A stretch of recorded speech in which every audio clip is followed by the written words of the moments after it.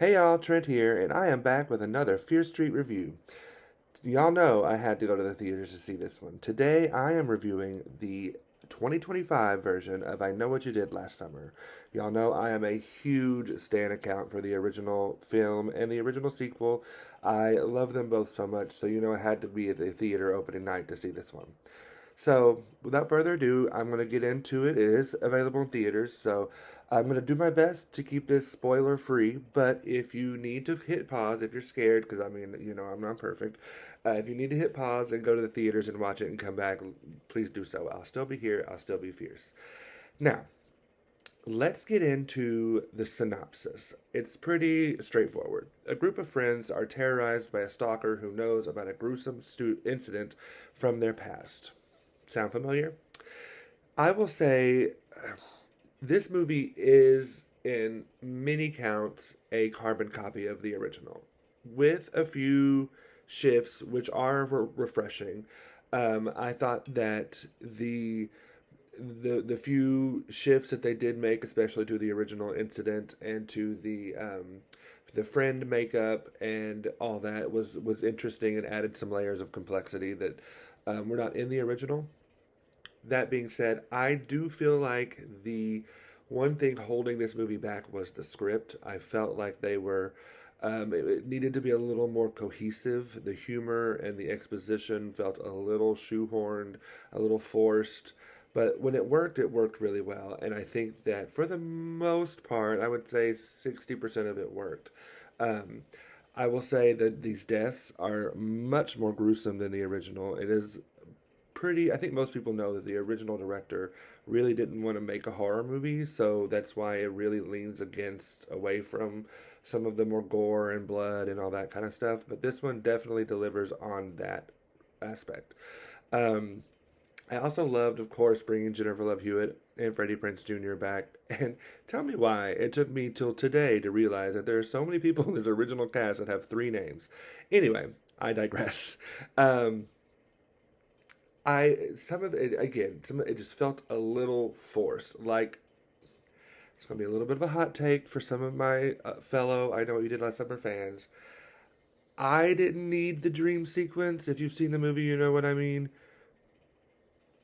But I know some fans who were probably liked that part. So I didn't need it, but I can understand where some people wanted it.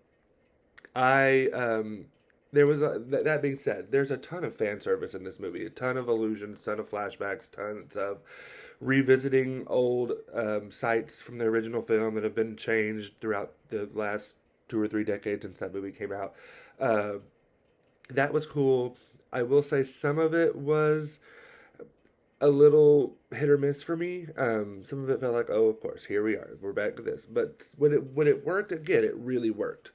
Um, I thought the performances were overall good. I thought that Madeline Klein as Danica Richards delivers some pretty solid comedic chops. When the comedy worked, it was because of her. I think that, of course, it was really interesting being able to see the original duo, Freddie and Jennifer, come back and be able to update their characters to an adult aspect where, you know, with this franchise gets compared to Scream a lot. And I think one of the more interesting things about this film versus like a Scream 5 or a Scream 6 is we saw Sydney, Dewey, and Gail as teenagers and as adults because they had so many more sequels. With this film, we saw Freddie Prinze and Jennifer Love Hewitt as teenagers and then as probably like what? Like as college kids. So we haven't seen them in over 2 decades. So it was really interesting to see these actors be able to take the characters that they made in their teens and 20s into their 40s. And so that was really interesting to see the mannerisms and the specificities that they brought with them and what they've updated and changed. That being said, I'm going to give this movie 3 drinks. Overall, I had a lot of fun.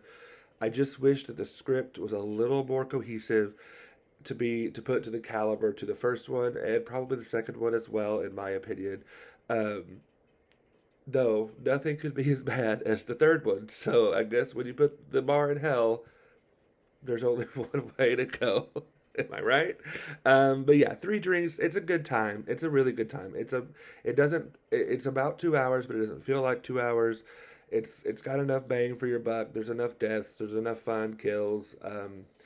There's humor. It's got a little bit of everything that you want. So I had a good time. It's a solid film. Let me know. Do you agree? Do you disagree? We'll see what happens. All right. I'll see y'all next time. As always, make sure that you stay fierce out there.